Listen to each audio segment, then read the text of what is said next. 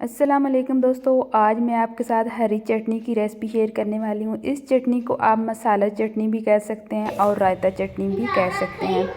ये चटनी पकौड़ों के साथ भी चल जाती है। अगर आपने बिरयानी बनाई है, दाल सब्ज़ी बनाई है, उसके साथ भी आप इस चटनी को खा सकते हैं।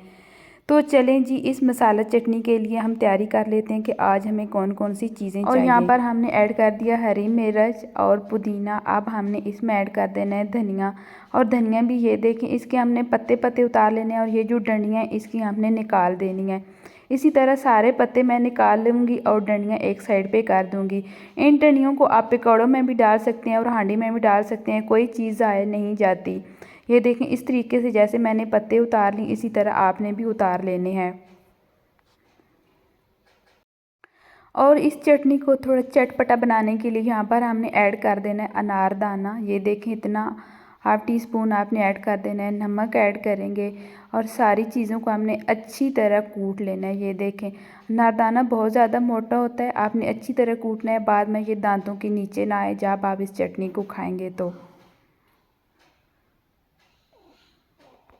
इसके बाद यहाँ पर आप देख सकते हैं मैंने 1 टेबलस्पून भरकर इसमें ऐड कर दिया है दही का और दोबारा से मैंने इसको अच्छी तरह रगड़ लेना है। जैसा कि आप देख रहे हैं, इसी तरह आपने इसको रगड़ लेना है। आप इसको जो भी इस कुंडी को आप अपनी ज़बान में बोलते हैं ना, इसमें इसको अच्छी तरह आपने इसको रगड़ा लगाना है, इस धनिए को और ये जो अनारदाना हमने ऐड किया है।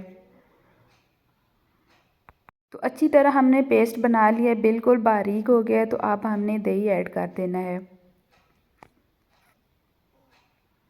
अच्छा जी, मैं आपके साथ एक बात शेयर करती चलूँ। जब भी हम बनाते हैं इस तरह की चटनी, रायता, जो भी बनाना हो, हम इस कुंडी में ही बनाते हैं। बहुत ही लाजवाब टेस्ट होता है। आज तक मैंने कभी भी मिक्सी की जार में ये वाली हरी चटनी नहीं बनाई। जब भी मैं बनाती हूँ इसमें बहुत अच्छी बनती है, क्योंकि ये पत्थर की है, बहुत ज़्यादा भारी होती है और बहुत इसमें ये जो पेस्ट है बहुत अच्छी तरह बन जाता है। जब मैंने किसी चीज़ का पेस्ट भी बनाना हो तो इसी में बनाती हूँ, बहुत अच्छी तरह पेस्ट भी बन जाता है। ये देखें कितना अच्छा सा इसका पेस्ट हो गया था, बिल्कुल भी ये दही के साथ ऊपर ऊपर नज़र नहीं आ रहा, कितना अच्छी तरह ये मिक्स हो गया। यहाँ पर हमारी हरी चटनी रेडी हो चुकी है। इसको हमने एक प्याली में निकाल लेंगे।